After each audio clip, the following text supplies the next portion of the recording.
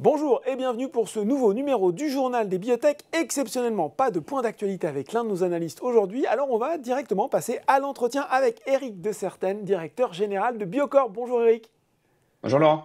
Alors on s'est parlé, je crois que c'était début de cette année 2022. Il s'est passé pas mal de choses pour Biocorp avec depuis septembre un news flow impressionnant, signature de nombreux accords industriels. Je vais les citer, je vais les épeler. Sanofi avec le stylo Solo Smart en septembre, Merck en octobre. Donc ça c'est toujours avec votre dispositif, votre produit phare Malia. J'ajoute l'américain BD, Becton Dickinson. Ça c'est avec Inge, avec en collaboration pour le protège aiguille passif BD Ultra Safe Plus. Il y a aussi cet accord avec Novo Nordisk pour la commercialisation de Malia au Japon. Waouh, ça fait pas mal d'annonces, pas mal de nouveaux partenariats. Qu'est-ce qu'il faut en attendre dans les mois qui viennent en termes d'activité pour Biocorp? Oui, en effet, on a été bien occupés sur les derniers mois et puis on est vraiment ravis d'avoir pu concrétiser des projets, des discussions qu'on a avec ses clients depuis un certain temps, hein. Alors vous êtes habitués à ce que je le dise et ce que je le répète, mais dans le domaine de la pharma, c'est jamais très rapide et clairement voilà, on arrive avec des cycles de vente assez longs, à arriver au bout de ces discussions qui sont très concrètes, avec en effet un renforcement significatif de nos partenariats avec des clients déjà existants. C'est vrai de Merck, c'est vrai de Novo. Donc, on travaille sur des nouveaux projets. Il y a des dates de lancement qui s'approchent. Et donc, ça, on en est ravis parce que ça montre qu'on délivre et que nos clients sont satisfaits du travail qui est effectué par Biocorp. Donc, notre produit arrive sur le marché. Et puis, le partenariat avec BD est encore une preuve, à mon sens, de ce qu'a réussi à faire Biocorp dans un segment particulier, qui est la connectivité sur les dispositifs de délivrance. Et on vient chercher Biocorp pour cette compétence. Donc voilà, ça veut dire vraiment plus de partenaires, donc un risque un peu plus réparti sur différents produits, sur différentes géographies, des nouveaux partenaires sur des nouveaux produits, et ça veut dire un schéma industriel qui va commencer à se mettre en place de manière de plus en plus intense sur la fin de l'année 2022. D'ores et déjà, on est très occupé à ça, et puis sur 2023 et 2024. Bon, donc une augmentation, on voit bien, il va falloir délivrer. Eric, depuis 3 ans, vous avez signé un nombre impressionnant d'accords de développement, de distribution, notamment pour Malia, votre dispositif connecté phare. On l'a vu, il y a aussi d'autres technologies sur lesquelles vous commencez à avoir des accords. On a l'impression, et on le voit aussi, certains investisseurs se plaignent que finalement, en comparaison, le chiffre d'affaires progresse peut-être pas aussi vite. Ça peut susciter peut-être une déception de la part des investisseurs. Comment vous l'expliquez? Ouais, alors je pense que cette question, elle est tout à fait légitime et elle est clairement compréhensible dans un milieu où l'investisseur attend certainement des résultats sur le court terme ou sur le moyen terme. Si vous voulez, il y a trois éléments pour moi qui peuvent expliquer ce timing. C'est que le premier, quand on signe un contrat avec ces partenaires-là, on a souvent une période de développement spécifique, voilà, qui va durer entre 2 et 3 ans en fonction des programmes. Donc au bout de 2 et 3 ans, une fois qu'on a signé, le produit est prêt à être commercialisé. La deuxième étape, c'est de mettre en place le schéma industriel, et on est clairement là-dessus pour la plupart des programmes. C'est la production des premiers lots commerciaux qui vont arriver sur le marché. Et le troisième point, qui n'est pas tout à fait neutre, c'est que ce sont des produits nouveaux qui arrivent pour nos clients sur le marché. Et donc le go-to-market, l'accès au marché, va être différent en fonction de chaque client, en fonction de chaque pays, en fonction de chaque aire thérapeutique. Et donc voilà, tout ça peut prendre un certain temps et qui est relativement standard avec les clients pour lesquels on travaille. Et l'horizon temps d'une PME comme Biocorp est clairement pas la même que des mastodontes comme Sanofi, Novo ou Merck. Voilà, donc nous aujourd'hui, on passe avec succès ces étapes. On est extrêmement confiant et rassuré sur la taille du marché, la profondeur du marché à long terme. Et je pense que ça, c'est quelque chose qu'on a pu confirmer au cours des 2 dernières années. C'est que voilà, l'avènement des devices connectés dans le domaine de la délivrance de médicaments, ça va devenir une évidence. C'est une évidence et ça va devenir encore plus une évidence dans les mois qui suivent. Donc voilà, le timing suit selon ces trois différentes étapes. Aujourd'hui, on va dire, entre la 2 et la troisième étape. Mhm. Et donc, nos produits sont prêts à aller sur le marché. Aujourd'hui, on va être dans une phase de ramp-up, d'internationalisation, et ça va être impactant pour les volumes à compter de 2023. Donc, ça va commencer, cet effet sur le chiffre d'affaires, Eric, très concrètement, à se concrétiser justement sur cette année 2023, c'est ça, c'est ce qu'on peut se dire? Ouais, absolument. Alors déjà, ce que je veux souligner, c'est que Biocorp reste une structure qui, dans tous les cas, a pu délivrer une croissance relativement soutenue sur les derniers exercices, Mhm. avec toujours une vision on va dire, optimiste et d'être raisonnable en même temps sur l'investissement et sur les recrutements et sur les charges.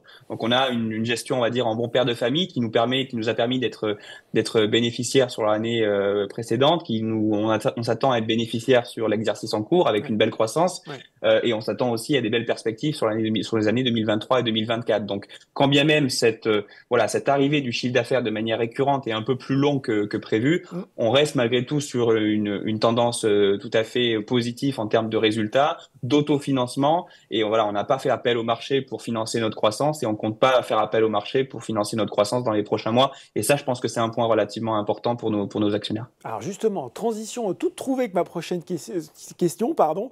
Lors de la publication des résultats semestriels, vous avez évoqué un nouvel axe stratégique pour Biocorp, le développement de plateformes digitales pour accompagner vos dispositifs. Et quand on y réfléchit, ça semble parfaitement logique de pouvoir ajouter une brique finalement à votre domaine de compétences. Question, est-ce que, déjà, vous n'allez pas avoir affaire à une forte concurrence, puisqu'on s'imagine que les gens de l'industrie pharmaceutique ont peut-être déjà ce type de plateforme ou que des acteurs spécialisés existent. Question du coup complémentaire, est-ce que vous avez les moyens de développer cette activité, de vous lancer sur ce segment de marché additionnel et qu'est-ce que vous en attendez concrètement ? Ouais. Oui, c'est une bonne question. Alors en effet, on a suivi en fait avec nos clients l'évolution de leurs besoins, l'évolution des besoins du marché. Et aujourd'hui, en effet, on se rend compte que pour le déploiement de nos solutions à grande échelle, il y a besoin d'avoir un écosystème digital qui doit être mis en place dans les différents pays. Et parfois, nos partenaires laboratoires pharmaceutiques peuvent déjà avoir des partenaires et des solutions. Et on est ravis de collaborer avec ces partenaires qu'ont choisi les pharmas, mais parfois ils n'ont pas ces solutions et aimeraient trouver en Biocorp notamment un acteur qui soit capable de délivrer le dispositif médical et puis la solution digitale qui va avec. Donc c'est vraiment une réponse à un besoin non satisfait qu'on a vraiment pu percevoir de manière très tangible de la part de nos clients. Et les moyens qui sont alloués en face, en effet, peuvent être relativement significatifs. Et c'est là où, voilà, on le fait avec, on va dire, une certaine précaution. C'est on est clairement, on est persuadé qu'il y a un marché, qu'il y a des opportunités là-dessus. On le fait en autofinancement aujourd'hui, qui nous semble être un bon moyen de répondre aux premières opportunités qu'on a, qui sont très concrètes. Si on doit avancer, eh ben, notre business aujourd'hui, la croissance de notre business doit nous permettre de continuer à investir dans ce segment-là. Et si vraiment il venait y avoir des opportunités très significatives et qu'on est capable d'expliquer la valeur à nos actionnaires, donc là, ça pourrait être l'occasion d'opérations un petit peu plus significatives. Mais on n'en est pas là. Aujourd'hui, on est vraiment dans une phase de découverte de cette nouvelle activité. On a des opportunités, on veut les saisir. On a de l'autofinancement et on est capable d'investir nous-mêmes dans cette activité pour une croissance aujourd'hui organique. Vous avez déjà une idée de ce que vous pourriez proposer, des offres que vous pourriez proposer dans ce domaine ? Alors on travaille beaucoup dans le domaine des maladies chroniques et on a beaucoup en fait de questions de la part de nos clients sur quelle est la journée du patient, quelle va être l'interaction du patient avec son outil digital qui est nouveau pour lui, comment on va faire en sorte de pouvoir l'utiliser au quotidien et ça c'est un élément extrêmement important dans l'observance thérapeutique qui est responsable à peu près de 50% des raisons pour lesquelles un patient ne prend pas son traitement, c'est qu'il n'est pas engagé. Donc voilà, essayer de développer des solutions qui permettent d'améliorer l'engagement du patient. L'outil physique est un très bon véhicule, mais pas uniquement. Il y a aussi l'outil digital. Et donc ça, on a plutôt des bonnes idées pour travailler dans le domaine du diabète, dans la fertilité, etc. Des domaines qu'on connaît bien de par notre activité sur les devices. Sans rien dévoiler, sans lever de secret, ce serait peut-être une appli qui permettrait de relier son device à son smartphone pour suivre par exemple ce qu'on fait dans la journée quand on est diabétique, je sais pas. Absolument, ça serait l'idée. Et puis travailler avec les outils de diagnostic autour qui permettent de mesurer une glycémie, de récupérer une dose d'insuline et puis d'avoir des services autour qui rendent un écosystème assez complet pour le patient et potentiellement pour le personnel de santé, si le personnel de santé pouvait suivre à distance certaines activités du patient. Donc il y a beaucoup de choses à faire là-dessus, beaucoup de choses à construire. et on le fait en co-construction avec nos partenaires qui connaissent très bien ces patients qui sont atteints de maladies chroniques. Bon, je pense qu'on aura l'occasion d'en reparler. En tout cas, si on revient sur l'actualité de Biocorp, j'ai compris en vous écoutant, Eric, que l'augmentation du chiffre d'affaires, elle va commencer à se matérialiser en 2023, 2024, avec Malia, avec aussi d'autres produits. Est-ce qu'à plus court terme, il y a d'autres annonces, d'autres choses qu'on peut attendre, des catalyseurs de plus court terme, on va dire? Oui, alors on travaille d'arrache-pied à avoir Malia disponible dans les différentes géographies et on a fait énormément de travail sur les derniers mois qui nous a amené à avoir les autorisations pour commercialiser Malia au Japon, d'où l'annonce qu'on a eue avec Novo Nordisk il y a quelques semaines, l'obtention du marquage CE avec SoloSmart, la version pour Sanofi, qui nous permet de couvrir l'ensemble de l'Union européenne et quelques pays qui reconnaissent le marquage CE. Et on travaille d'arrache-pied pour obtenir le 510K, qui est le Graal pour entrer sur le marché américain. Et on espère que ce sujet va être un catalyseur de court terme pour Biocorp, pour l'activité et puis potentiellement pour le cours de bourse.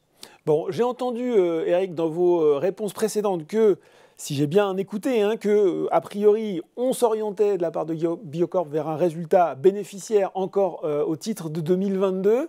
Et ce que j'ai cru comprendre aussi, c'est pour le moment une poursuite de la croissance sans nécessité de faire appel au marché. C'est bien ça, c'est clair ?